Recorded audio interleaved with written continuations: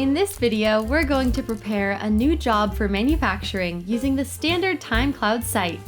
Shop floor employees should be able to scan the new job as soon as we're finished here. Let's start by choosing Home All Views. You should see the Project Assistant and project icons. The Project Assistant can create a full project with tasks and display them in the Project Tasks page. Here you can see jobs that were created earlier, most from the Project Assistant. But we're going to bypass the Project Assistant and use a simpler method to create a new job. I'll start by right-clicking on an existing project. We're going to use this job as a template for a new one. In other words, we'll copy an existing project and all its tasks.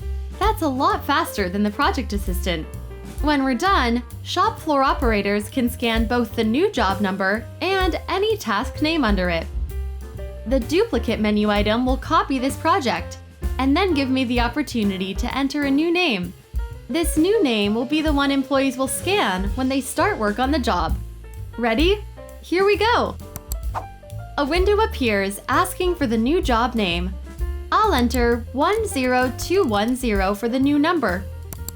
As you can see, the new job has been created. All tasks are ready for editing or scanning. You can add or remove tasks to customize this project before employees start scanning. Or optionally, set the job properties at the right. These values apply to the selected job only. Most are optional. Employees can now scan the new job and task names right here in the Scan Barcodes page. That's it! Very simple, very easy. This is all it takes to prep a new job for manufacturing on the shop floor in standard time. Hope it helps!